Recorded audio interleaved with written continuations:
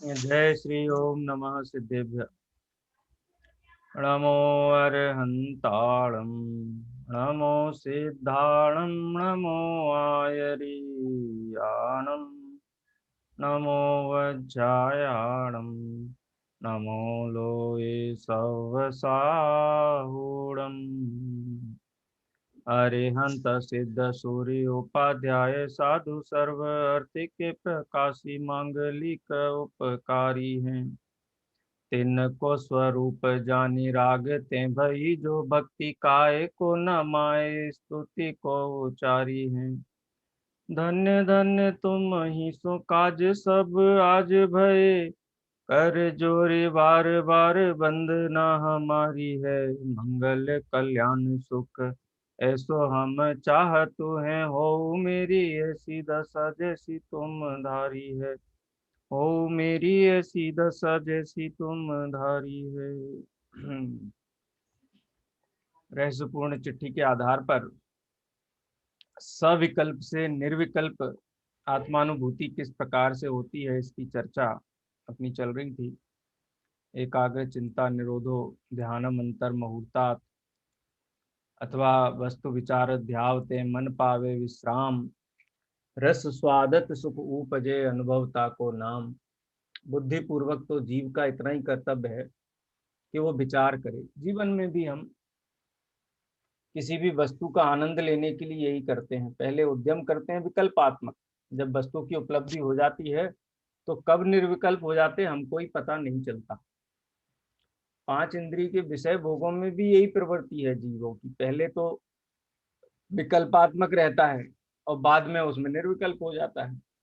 किसी भी इंद्रिय के विषय को एकत्रित करने में, उसके संग्रह में, उसकी व्यवस्था बनाने में कितने विकल्प रूपे रहता है। हालांकि वहां सुख नहीं है, सुखाभास सुख की कल्पना है, लेकिन तन्मयता तो होती ही है, पर तन्मय है। आत्मानुभूति के काल में भी यथार्थ वस्तु का निर्णय और विचार करते करते कब उस वस्तु में विलय हो जाता है, ये पर्याय द्रव्य के सन्मुख होकर के द्रव्य और पर्याय का भेद का विस्मरण हो जाता है और निर्विकल्प दशा प्रकट होती है। किसी भी प्रकार के मोह राग द्वेषात्मक विकल्प वहाँ उपस्थित नहीं रहते हैं। तो मूल तो निर्विकल्प का यही है कि वस्तु का यथार्थ विचार किया जाए, निर्णय किया जाए, यही उसकी उपलब्धि का मार्ग है। एक प्रश्न यहाँ पर इसके बाद पंडित साहब ने उपस्थित किया, निश्चित रूप से किसी साधर्मी ने पूछा होगा कि निश्चय सम्यक दर्शन प्रत्यक्ष है कि परोक्ष है। प्रश्न हो सकता है, लेकिन न्याय और तर्क के आधार पर देखा जाए तो प्रत्यक्ष परोक्ष भेद श्रद्धा के नहीं होते हैं, प्रत्यक्ष और परोक्ष भेद ज्ञान के होते हैं। निश्चित रूप से प्रश्न ये भी हो सकता है कि सम्यक दर्शन के काल में आत्मा प्रत्यक्ष होता है कि परोक्ष होता है। पंडित जी साहब उस प्रश्न का तिरस्कार नहीं करते, वो प्रश्न की अभिप्राय को समझते हैं और उस अभिप्राय के अनुसार उसका उत्तर देते हैं। तो वो चर्चा अभी अपनी आगे चलेगी। पृष्ठ क्रमांक 344 है, और जो पंडित बनारसी दास जी का जो कवित्व था, उस कवित्व का जो अर्थ है वहां तक अपना हो गया था, उसके आगे हमको पढ़ना है। तो आप में से एक एक प्रश्न उत्तर हम पढ़ते जाएंगे और उसका विश्लेषण करते जाएंगे। कौन पढ़ेगा आज? शिरोमणि जी पढ़ेंगे।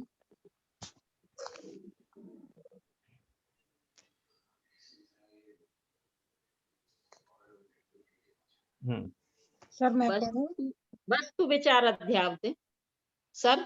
नहीं, ये हो गया, इसके आगे वाला पैराग्राफ भी हो गया था, इसमें अपनी ये चर्चा हुई थी कि सविकल्प से निर्विकल्प किस प्रकार जीव होता है।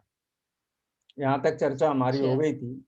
अब प्रत्यक्ष परोक्ष की चर्चा यहाँ से प्रारंभ होती है। हालांकि थोड़ी बहुत चर्चा हम शुरू से करते ही रहे हैं, गौण नहीं रखा है। जितने भी बिंदु आगे आने वाले हैं सामान्य रूप से उनकी बात तो हम कर ही रहे हैं, लेकिन अब यहाँ स्पष्ट रूप से सम्यक दर्शन प्रत्यक्ष है या परोक्ष है, या सम्यक दर्शन के काल में आत्मा की जो अनुभूति है वो प्रत्यक्ष है या परोक्ष है, या आत्मा प्रत्यक्ष जानने में आता है परोक्ष जानने में आता है। वैरायटी ऑफ क्वेश्चंस हैं, आप 4-5 प्रकार से प्रश्न रख सकते हैं। तथा तुमने लिखा कि, यहाँ से पढ़िए जी। तथा तुमने प्रत्यक्ष परोक्ष का प्रश्न लिखा, सो भाई जी प्रत्यक्ष परोक्ष तो सम्यक्त के भेद है नहीं। चौथे गुण स्थान में सिद्ध समान छायक सम्यक्त हो जाता है, इसलिए सम्यक्त तो केवल यथार्थ श्रद्धान रूप ही है। वह जीव शुभाशुभ कार्य करता भी रहता है। इसलिए तुमने जो लिखा था कि निश्चय सम्यक्त प्रत्यक्ष है और व्यवहार सम्यक्त परोक्ष है, तो ऐसा नहीं है। सम्यक्त के तो 3 भेद हैं, वह उपसम सम्यक्त और छायक सम्यक्त को तो छायक सम्यक्त तो निर्मल है, क्योंकि वे मिथ्यात्व के उदय से रहित हैं, और क्षयोपम सम्यक्त समल है, क्योंकि सम्यक्त मोहिनी के उदय से सहित है। परंतु इस सम्यक्त में प्रत्यक्ष परोक्ष के कोई भेद तो नहीं है। छायक सम्यक्ति के शुभाशुभ रूप प्रवर्तते हुए व स्वानुभव रूप प्रवर्तते हुए सम्यक्त गुण तो समान ही हैं, इसलिए सम्यक्त के तो प्रत्यक्ष परोक्ष भेद नहीं मानना। तथा प्रमाण के प्रत्यक्ष परोक्ष भेद हैं, सो प्रमाण सम्यक ज्ञान है, इसलिए मति ज्ञान श्रुत ज्ञान तो परोक्ष प्रमाण है। अवधि मन पर्याय केवल ज्ञान प्रत्यक्ष प्रमाण है। आद्य परोक्षम प्रत्यक्ष मन्यत, ऐसा सूत्र का वचन है।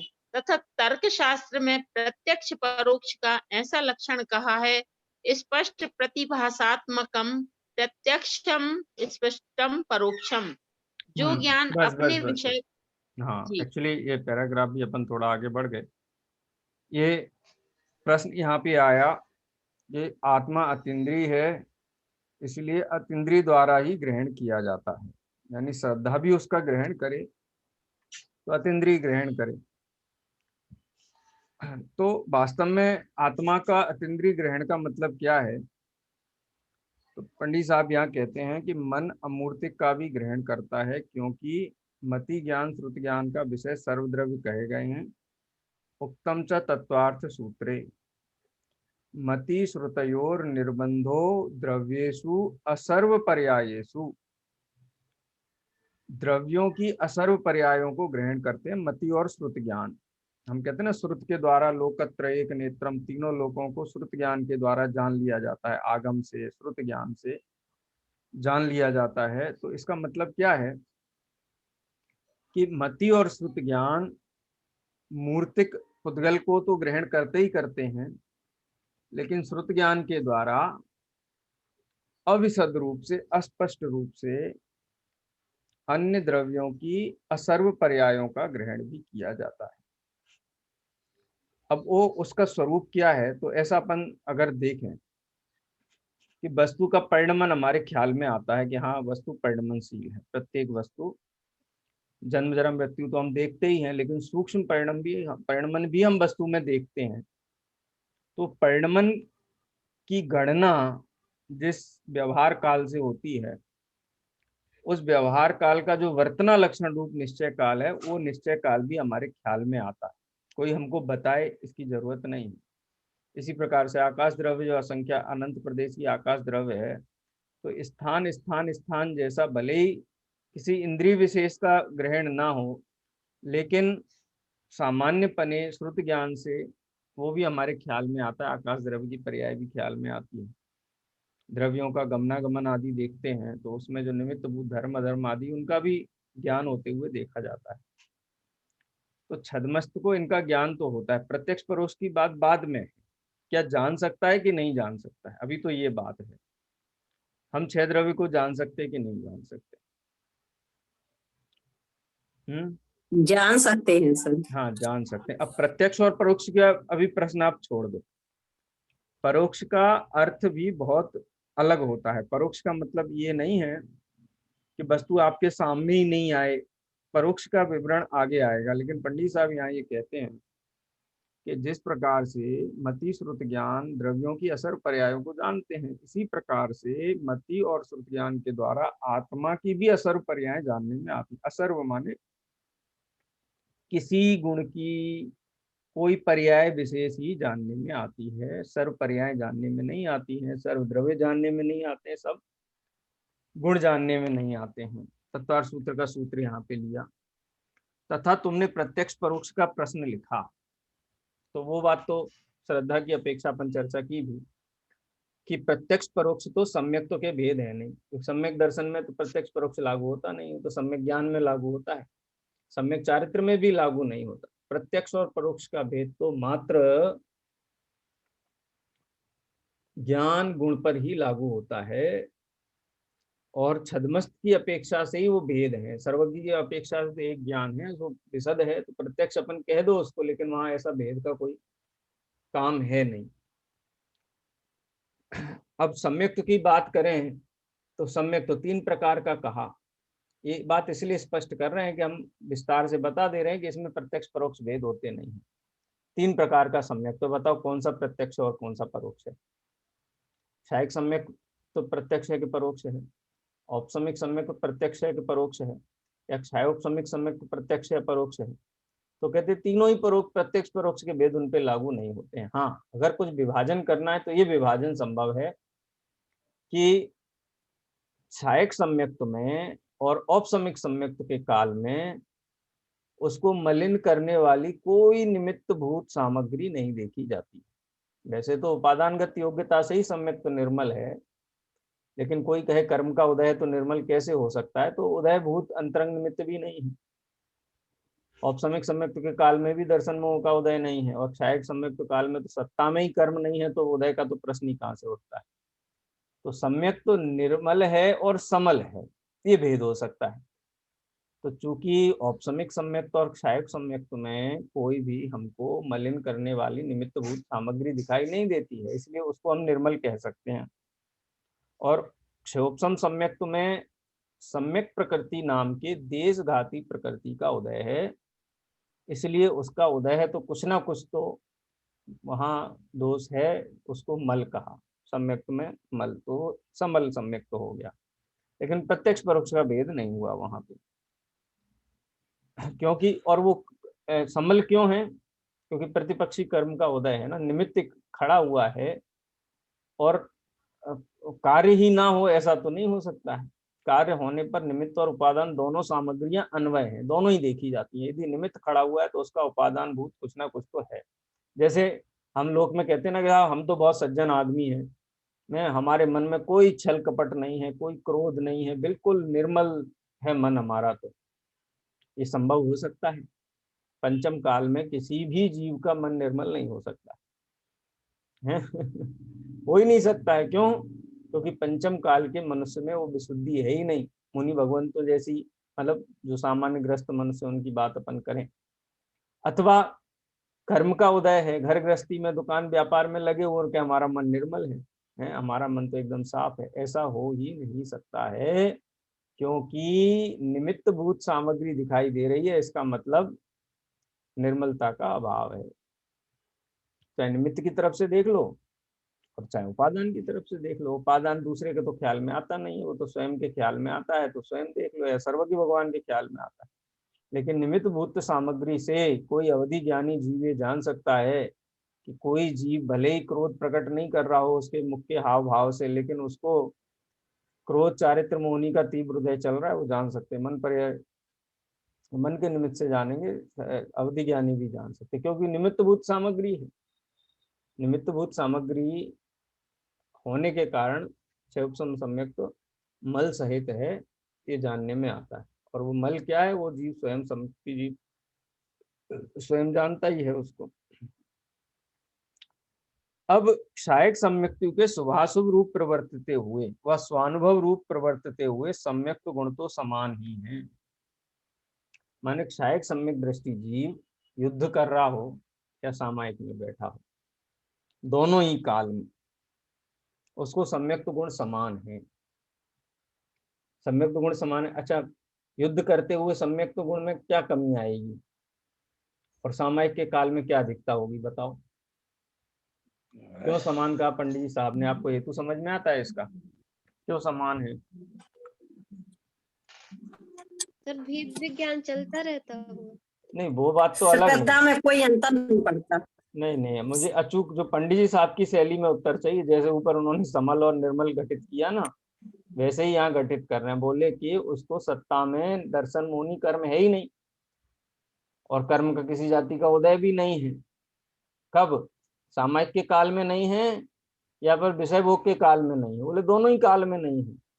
तो श्रद्धा की अपेक्षा से तो निर्मलता दोनों ही स्थानों पर समान ही समान है, कोई फर्क नहीं। एक कसाई चौकड़ी हाँ एक कसाई चौकड़ी का अभाव है। नहीं, सम्यक्त की निर्मलता की बात कर रहे हैं हम, चारित्र की निर्मलता की बात नहीं है। सम्यक्त की श्रद्धा के निर्मलता। परिणाम तो दोनों देखो समान है, चाहे वो युद्ध का कर रहे हो, युद्ध के समय भी चारित्र गुण और श्रद्धा समान ही है, कोई देखो अंतर नहीं अपन रहेगा। वाक्य को देखें, सहायक सम्यक्ति के शुभाशुभ रूप प्रवर्तते हुए अथवा स्वानुभव रूप प्रवर्तते हुए दोनों ही चारित्र के एंगल हैं। सम्यक्त गुण तो समान ही है। सहायक सम्यक्त तो सहायक सम्यक्ति है। किसी भी काल में दर्शन मोह का उदय है ही नहीं। उदय भूत सामग्री न होने पर तत्संबंधी विकार का भी कोई प्रश्न नहीं। अच्छा, फिर पेटी से ले ले चक्र चलाते समय भरत चक्रवर्ती का सम्यक्त साड़ी देंगे तो एक और हाँ, चक्र चलाते हुए भरत चक्रवर्ती का सम्यक्त और वो सामायिक के काल में अथवा भगवान आदिनाथ का उपदेश सुनने के लिए उनके समोसरण में जाकर के वहां पर बहुत विनयवंत भक्तिवंत होकर के भगवान की दिव्य ध्वनि का ग्रहण करते थे। दोनों काल में सम्यक्त की निर्मलता में क्या फर्क है? कोई फर्क नहीं है ये सब। तो निर्मल ही श्रद्धा दर्शन मोहिनी का तो दोनों जगह अभाव है जी। अच्छा, बस चारित्र में अंतर पड़ता इसको है। एक दृष्टांत से भी समझते हैं। एक माता अपने पुत्र को डंडे से पिटाई लगा रही है, ठीक है, और दूसरे में बहुत पुचकार रही है उसको, उसकी गलती को भी अनदेखा करके उसको पुचकार रही है। उसके मातृत्व में दोनों जगह में वहां तो थोड़ा कम होता होगा ना मातृत्व, जब डंडे से पिटाई लगाती है। हैं? नहीं नहीं, अभी समानता रहेगी। वो तो उसको शिक्षा देने के लिए मार रही है, परंतु उसके दोनों में अभिप्राय में समानता दोनों समय प्यारी है बच्चे के लिए। हाँ, तो बस वही स्थिति यहाँ पे, दर्शन मोह का सत्ता में ना होना, उदय में ना होना, दोनों काल में समान है। इसलिए सम्यक तो दोनों समय समान ही है, चाहे बराबर वासव रूप प्रवृत्ति हो या स्वानुभव रूप प्रवृत्ति हो, दोनों ही काल में। इसलिए सम्यक तो मैं तो प्रत्यक्ष परोक्ष भेद है नहीं, माने सम्यक तो एक जैसी धारा चलती रहती है निरंतर। अभी प्रत्यक्ष परोक्ष क्या विषय है इसकी चर्चा है, क्योंकि पहले पंडित जी साहब ये स्पष्ट कर देना चाहते, तत्वार सूत्र और अन्य जो लक्षण ग्रंथ हैं उनके आधार पर इसको अपन पढ़ते हैं। एक बार इस विषय को पूरा पढ़ते हैं। जो आपने पढ़ रखा है उसकी चर्चा अपन नहीं करेंगे, लेकिन जो विषय यहाँ नया है उसकी चर्चा जरूर करेंगे। तो यहाँ से पढ़ना है, तथा प्रमाण के प्रत्यक्ष परोक्ष भेद है। ये जो भेद प्रभेद की पूरी चर्चा है अपन एक साथ इसको पढ़ेंगे। हाँ जी, कौन? मीना जी जी। पढ़िए। तथा प्रमाण के प्रत्यक्ष परोक्ष भेद हैं। सो प्रमाण सम्यक ज्ञान है, इसलिए मति ज्ञान श्रुति ज्ञान तो परोक्ष प्रमाण है। अवधि मना पर्याय केवल ज्ञान प्रत्यक्ष प्रमाण है। आद्य परोक्षम प्रत्यक्ष मन्यत। तत्वार सूत्र अध्याय 1 सूत्र 11-12 ऐसा सूत्र का वचन है। तथा तर्क शास्त्र में प्रत्यक्ष परोक्ष का ऐसा लक्षण कहा है, स्पष्ट प्रतिभासात्मकम प्रत्यक्षम स्पष्टम परोक्षम। जो ज्ञान अपने एक विषय सेकंड, सूत्र है, उस सूत्र को कैसे पढ़ना? स्पष्टम प्रतिभासात्मकम, जो स्पष्ट प्रतिभास वाला है वो है प्रत्यक्षम। अब माँ में से आ निकाल दो आप, माँ आधा है। अस्पष्टम परोक्षम, या इसको अपन ऐसे कहें, स्पष्टम प्रतिभासात्मकम प्रत्यक्षम अस्पष्टम प्रतिभासात्मकम परोक्षम। यानी स्पष्ट प्रतिभास प्रत्यक्ष का लक्षण है और अस्पष्ट प्रतिभास परोक्ष का लक्षण है। अब यहाँ ये नहीं कहा कि किन्हीं द्रव्यों को ही जानता है, सभी द्रव्यों को नहीं, सब द्रव्यों को जानता है, लेकिन कैसा जानता है? अस्पष्ट जानता है, इसलिए परोक्ष है। और जो विशद है, स्पष्ट जानता है, अवधि ज्ञान, मन पर्याय ज्ञान और केवल ज्ञान, इनको विशद विशदम प्रत्यक्षम, सर्वासिद्धि की परिभाषा भी है विशदम प्रत्यक्षम, या परीक्षा मुक्ति है शायद। विशदम प्रत्यक्षम, जो विशद है वो प्रत्यक्ष है। विशद का मतलब क्या है? स्पष्ट। विशद कहो स्पष्ट कहो एक ही बात है। चलिए आगे पढ़िए। जो ज्ञान अपने विषय को निर्मलता रूप स्पष्टतया भली भांति जाने सो प्रत्यक्ष, और जो स्पष्ट भली भांति न जाने सो परोक्ष। वहाँ मति ज्ञान श्रुत ज्ञान के विषय तो बहुत हैं, परंतु एक भी ज्ञेय को संपूर्ण नहीं जान सकता, इसलिए परोक्ष कहे। और अवधि मना पर्याय ज्ञान के विषय थोड़े हैं, तथापि अपने विषय को स्पष्ट भली भांति जानता है, इसलिए एक देश प्रत्यक्ष है। और केवल ज्ञान सर्वज्ञेय को आप स्पष्ट जानता है, इसलिए सर्व प्रत्यक्ष है। तथा प्रत्यक्ष के दो भेद हैं, एक परमार्थ प्रत्यक्ष, दूसरा साम व्यावहारिक प्रत्यक्ष। वहाँ अवधिवत मन पर्याय और केवल ज्ञान तो स्पष्ट प्रतिभास रूप हैं ही, इसलिए पारमार्थिक प्रत्यक्ष हैं। तथा नेत्रादिक से वर्णादिक को जानते हैं, वहाँ व्यवहार से ऐसा कहते हैं। इसने वर्णादिक प्रत्यक्ष जाने, एक देश निर्मलता भी पाई जाती है, इसलिए इनको साम व्यावहारिक प्रत्यक्ष कहते हैं। परंतु यदि एक वस्तु में अनेक मिश्र वर्ण हैं, वे नेत्र द्वारा भली भांति नहीं ग्रहण किए जाते हैं, इसलिए इसको परमार्थ प्रत्यक्ष नहीं कहा जाता है। तथा परोक्ष प्रमाण के 5 भेद हैं। अच्छा एक सेकेंड, यहाँ के ऊपर का जो पैराग्राफ आया इसको थोड़ा आप समझ लें। ऊपर जो प्रत्यक्ष परोक्ष की जो भेद की है, वो प्रत्यक्ष परोक्ष के भेद ये हैं कि जो स्पष्ट जाने वो प्रत्यक्ष है, और जो अस्पष्ट जाने वो परोक्ष है। ठीक है, आद्य परोक्षम प्रत्यक्षम। और मति श्रुतयोर निर्बंधो द्रव्येषु असर्व पर्यायेषु, मति ज्ञान श्रुत ज्ञान द्रव्यों की, यहाँ देखो अद्रव्येषु असर्व पर्यायेषु ने असर्व द्रव्येषु असर्व पर्यायेषु शब्द का प्रयोग नहीं किया। द्रव्येषु असर्व पर्यायेषु, द्रव्यों की असर्व पर्यायों को जानते, इस प्रकार से कहा है। लेकिन न्याय शास्त्र में मति और श्रुत ज्ञान को भी प्रत्यक्ष की श्रेणी में लिया। मति श्रुत ज्ञान को, जैसा कि यहाँ कहा है, खासकर मति ज्ञान को प्रत्यक्ष के दो भेद हैं, परमार्थ प्रत्यक्ष और दूसरा साम व्यावहारिक प्रत्यक्ष। वो ऊपर जो विकल्प प्रत्यक्ष और सकल प्रत्यक्ष, वो चर्चा एक अलग है। यहाँ पर परमार्थ प्रत्यक्ष और साम व्यावहारिक प्रत्यक्ष चर्चा अलग है। यहाँ परोक्ष और साम व्यावहारिक प्रत्यक्ष में भेद है, दोनों में प्रकरण भेद है या प्रसंग भेद है। परमार्थ प्रत्यक्ष और साम व्यावहारिक प्रत्यक्ष को एक अपन दृष्टांत से समझें।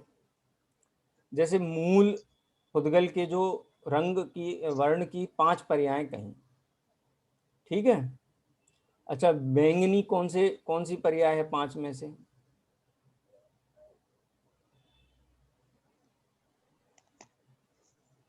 मिली हुई पर्याय है। मिली हुई पर्याय है। अब इस मिली हुई पर्याय को अवधि ज्ञान से जाना जाए तो अवधि ज्ञान दोनों पर्यायों को, समझ लो कि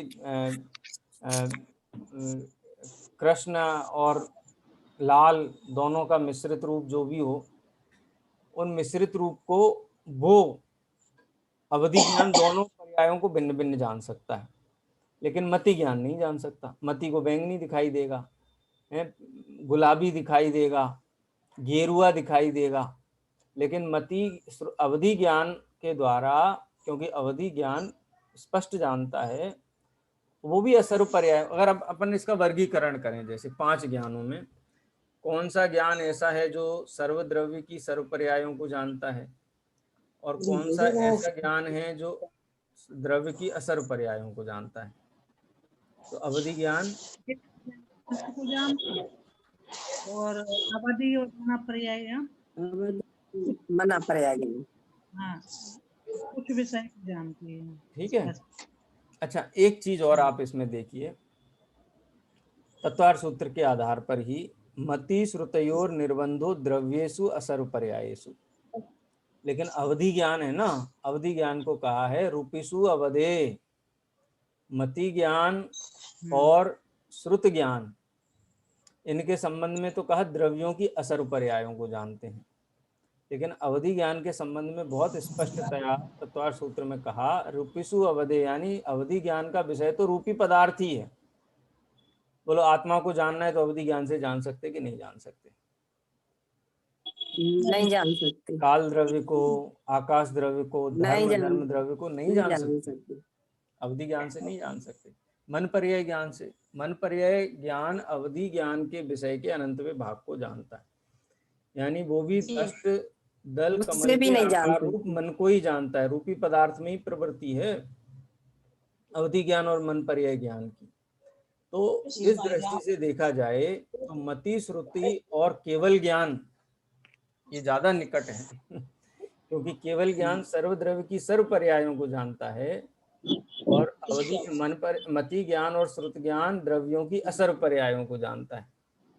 तो असर्व पर्यायों को जानने वाले ज्ञान, असर्व द्रव्यों को जानने वाले ज्ञान, स्पष्ट जानने वाला ज्ञान, अस्पष्ट जानने वाला ज्ञान, ऐसे ज्ञान के अनेक भेद प्रभेद हम कर सकते हैं।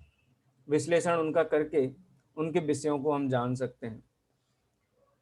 अब सर हाँ, असर्व में द्रव्य की कुछ पर्यायों को जानता है, मति ज्ञान और शुद्ध ज्ञान। हाँ, द्रव्येषु असर्व पर्यायेषु, द्रव्य की असर्व पर्याय जानता है, द्रव्य की कुछ पर्यायों को जान सकता हाँ। है। और एक किस प्रकरण में कहा कि मन अमूर्तिक का भी ग्रहण करता है, इस संदर्भ में पंडित साहब ने यहाँ कहा है और तत्वार्थ सूत्र के सूत्र का हवाला दिया है। अवधि ज्ञान जानता तो स्पष्ट है लेकिन रूपी पदार्थ को ही जानता है। मन पर्याय ज्ञान भी स्पष्ट जानता है लेकिन रूपी पदार्थ को जानता है। केवल ज्ञान में तो खैर कोई सीमा है नहीं जानने की।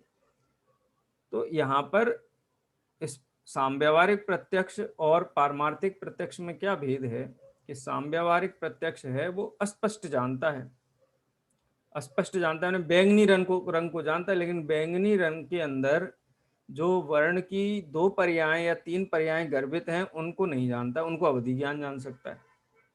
तो इसलिए वो स्पष्ट है, विशद है, और मति श्रुत ज्ञान है वो परोक्ष है या साम्व्यावहारिक प्रत्यक्ष है, अविशद है। ठीक है। अब इसका उदाहरण दिया कि इनमें इसने वर्णाधिक प्रत्यक्ष जाने, एक देश निर्मलता भी पाई जाती है। देखो, तथा नेत्रादि से वर्णादि को जानते हैं, वहां व्यवहार से ऐसा कहते हैं इसने वर्णादि प्रत्यक्ष जाने है। मैंने खुद देखा, अपनी आंखों से देखा, अपने कानों से सुना है, मेरी हाजिरी में ये घटना घटित हुई है, ऐसा लोक में हम प्रयोग करते हैं ना। प्रत्यक्ष जाने, तो प्रत्यक्ष जाने माने हमने 5 इंद्रिय के निमित्त से वहां उपस्थित या वहां प्रत्यक्ष ही उन पदार्थों को जाना है, ऐसा कहा जाता है। इसलिए इनको साम्व्यावहारिक प्रत्यक्ष कहते हैं। और व्यवहार को कहते भी, जो व्यवहार माने जो वास्तविक ना हो, उपचार किया गया हो, उसे व्यवहार कहते हैं। तो चूंकि 5 इंद्रियों के द्वारा प्रत्यक्ष जाने हैं, इस प्रकार का उपचार होने से उनको साम्व्यावहारिक प्रत्यक्ष कहा गया है।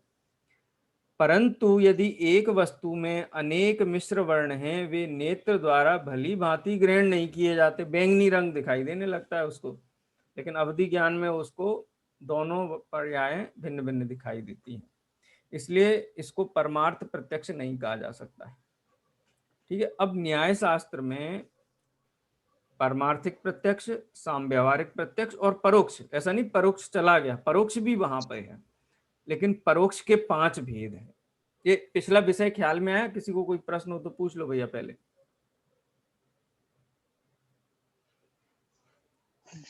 बात स्पष्ट है ना? अब ज्ञान के यहाँ 3 भेद हो गए, पारमार्थिक प्रत्यक्ष, अवधि ज्ञान, मन पर्याय ज्ञान और केवल ज्ञान। साम्व्यावहारिक प्रत्यक्ष, मति ज्ञान। अब परोक्ष, मति ज्ञान और श्रुत ज्ञान कह लो, मति ज्ञान और श्रुत ज्ञान के ही भेद परोक्ष के अंतर्गत भी आते हैं। तथा परोक्ष प्रमाण के 5 भेद हैं, स्मृति, प्रत्यभिज्ञान, तर्क, अनुमान और आगम। इनका क्या स्वरूप है, ये बात विशेष समझने वाली है। इसको पढ़ेंगे फिर उसका अपन विश्लेषण देखेंगे। वहां जो पूर्व काल में जो वस्तु जानी थी याद करके जानना उसे स्मृति कहते हैं। दृष्टांत द्वारा वस्तु का निश्चय किया जाए उसे प्रत्यभिज्ञान कहते हैं। हेतु के विचार युक्त जो ज्ञान उसे तर्क कहते हैं। हेतु से साध्य वस्तु का जो ज्ञान उसे अनुमान कहते हैं। आगम से जो ज्ञान हो उसे आगम कहते हैं। ऐसे प्रत्यक्ष परोक्ष प्रमाण के भेद कहे हैं। अच्छा, ये जो पैराग्राफ आपने पढ़ा 5 भेद, ये ख्याल में आए? तत्वार्थ सूत्र का एक सूत्र है, मति स्मृति चिंता संज्ञा चिंता भी निबोध। हाँ, इत्यनर्थांतरम। इसके अन्य नाम भी हैं। अन्य नाम क्या है? सबसे पहला नाम है स्मृति। स्मृति ज्ञान प्रत्यक्ष ज्ञान नहीं, परोक्ष ज्ञान है। क्यों? क्योंकि चक्षु इंद्री के द्वारा या 5 इंद्री के द्वारा उसका साक्षात ग्रहण नहीं किया जा रहा है। कैसे ग्रहण किया? जैसे आप आपके घर पे बैठे हो, या समझ लो कि 2 दिन अपनी कक्षा नहीं हुई और 8:30 बजते ही साथ आपको ये ध्यान में आता था कि अरे आज क्लास, इसकी क्या बोलते हैं, अपने रहस्यपूर्ण चिट्ठी की क्लास, और रहस्यपूर्ण चिट्ठी आपको ध्यान में आ जाती, स्मरण में आ जाती है।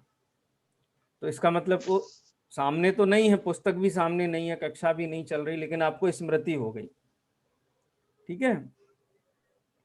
इसी प्रकार से प्रत्यभिज्ञान कि स्मृति तो आपको अपने आप हो जाती है, लेकिन प्रत्यभिज्ञान कैसे होता है कि जोड़ रूप ज्ञान को, हाँ, जोड़ रूप ज्ञान को। जोड़ रूप ज्ञान कैसा होता है कि 8:30 बजने पर किसी ने ये कहा आपको कि चलो शास्त्र पढ़ते हैं, तो आपको एक समय ध्यान आया, अरे हमारी तो क्लास थी शास्त्र, आज हम तो ये पढ़ने वाले थे पर आज नहीं हो पाएगी क्लास।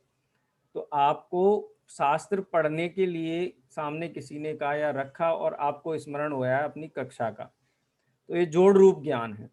ये सदृश भी हो सकता है, विसदृश भी हो सकता है।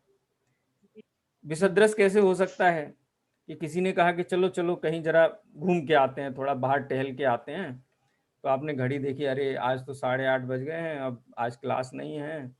तो आपको टहलने के नाम से आपकी क्लास का स्मरण हो गया, मतलब सादृश्य नहीं है, विसदृश्य है। ऐसे बहुत भेद होते हैं प्रत्यभिज्ञान के। किसी चीज को देख करके किसी चीज का स्मरण हो जाता है, तो प्रत्यक्ष और स्मृति का जो जोड़ रूप ज्ञान है उसका नाम प्रत्यभिज्ञान है। इसको भी परोक्ष ज्ञान कहा है। तीसरा भेद है तर्क। व्याप्ति ज्ञानम तर्कः। जैसे कोई कहे कि आपको कैसे पता चलता है कि किसी जगह आग लगी हुई है, तो आप क्या कहते हो? सामने ना आग है ना धुआं है, कुछ नहीं है, लेकिन आपको कैसे पता चलता है कि आग लग गई है? तो हम कहते हैं कि जहां जहां धुआं उठता है वहां वहां आग लगती है, ना सामने धुआं है ना आग है, कुछ नहीं है। लेकिन इस नियम का, इस व्याप्ति का स्मरण, इस व्याप्ति का ज्ञान होना, ये तर्क है। हम कोई भी चीज तर्क से सिद्ध करते हैं ना, ऐसा होने पर ऐसा होता है, ऐसा होने पर ऐसा होता है। तो ऐसा जो कारण और कार्य की व्याप्ति का जो ज्ञान है उसी को तर्क कहते हैं। हम कोई भी चीज जब तर्क से सिद्ध करते हैं तो उसमें व्याप्तियां घटित करने लगते हैं। देखो, जब ऐसा हो जाता है ना तो ऐसा होता है, जब धुआं उठता है ना तो कहीं ना कहीं आग लगी होती है, जब ठंडी हवा चल रही हो गर्मी के मौसम में तो इससे पता चलता है कहीं ना कहीं बारिश होती है, क्योंकि बारिश होने पर ठंडी हवा चलती है। ठीक है, एकदम से उमस हो जाए तो इसका मतलब कि लो प्रेशर हो रहा है, बारिश होने वाली है। तो ये सारी चीजें क्या, व्याप्ति ज्ञान है। ये व्याप्ति ज्ञान को तर्क कहते हैं, और तर्क में हम यही करते हैं, व्याप्ति का ज्ञान कराते जाते हैं कि भाई ऐसा है तो ऐसा होना चाहिए। इसके बाद अनुमान। अनुमान क्या होता है कि जैसे सामने उठता हुआ धुआं है वो हेतु है, पर्वत पर अग्नि है वो साध्य है। इसको एक परिभाषा है शास्त्र में, साधनात् साध्य विज्ञानम अनुमानम। साधन से साध्य का ज्ञान कर लेना, इसका नाम अनुमान है। जैसे धुआं साधन है और अग्नि साध्य है, तो धुएं को देख करके साध्य अग्नि का ज्ञान कर लेना। तो धुआं तो प्रत्यक्ष है लेकिन अग्नि प्रत्यक्ष नहीं है, लेकिन अग्नि की उपस्थिति वहां पर है, वैसा प्रत्यभिज्ञान वाला नहीं यहाँ पे घटित होगा। सामने अग्नि तो है, लेकिन प्रत्यक्ष आपको समव्यावहारिक प्रत्यक्ष ज्ञान का विषय नहीं है। तो वहाँ पर हम साधनात् साध्य विज्ञानम कि यहाँ पर धुआं है, अग्नि, यहाँ पे अग्नि है। क्यों अग्नि है? तो हम वहाँ पर लगाते हैं कि जहाँ जहाँ धुआं होता है वहाँ वहाँ अग्नि होती है। ये व्याप्ति का ज्ञान है। जैसे कि रसोई घर में हमने देखा है कि धुआं उठता है तो अग्नि होती है, इसलिए यहाँ भी धुआं है, इसलिए यहाँ भी अग्नि होनी चाहिए। ये 5 अंग, पंचांग अनुमान के 5 अंग कहे गए हैं। साधन से साध्य का ज्ञान होना, उसमें व्याप्ति का स्मरण हो जाना, दृष्टांत अपन कह सकते हैं, उपनय और निगमन।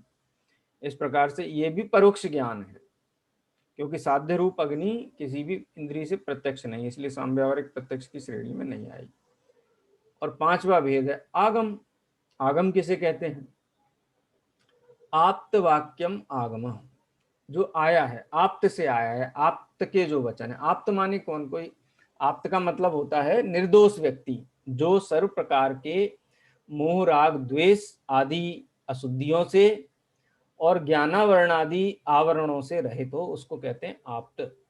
तो आप्त के वचनों को आगम कहा जाता है। इसलिए ये 5 ही जो भेद हैं, स्मृति, प्रत्यभिज्ञान, तर्क, अनुमान और आगम, ये परोक्ष हैं।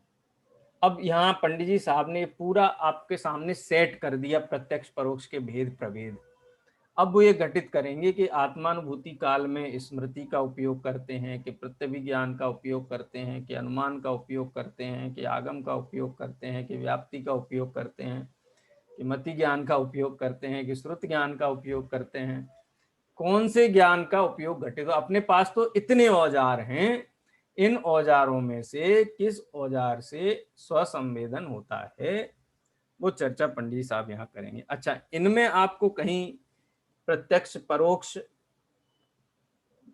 पारमार्थिक प्रत्यक्ष, सामव्यावहारिक प्रत्यक्ष और परोक्ष, इसका अगर कहीं कोई बिंदु आपको ख्याल में नहीं आया हो तो आप बिल्कुल आपके मन में वो प्रश्न तैयार कर लीजिए, क्योंकि अभी ये समय हो रहा है यहाँ पर अपनी कक्षा का रिकॉर्डिंग वाला।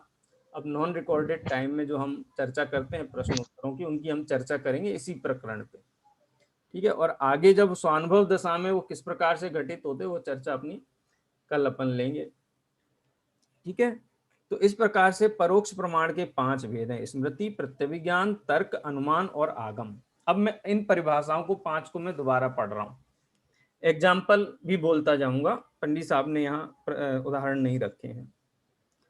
वहां पूर्व काल में जो वस्तु जानी थी उसे याद करके जानना, उसका स्मरण हो जाना,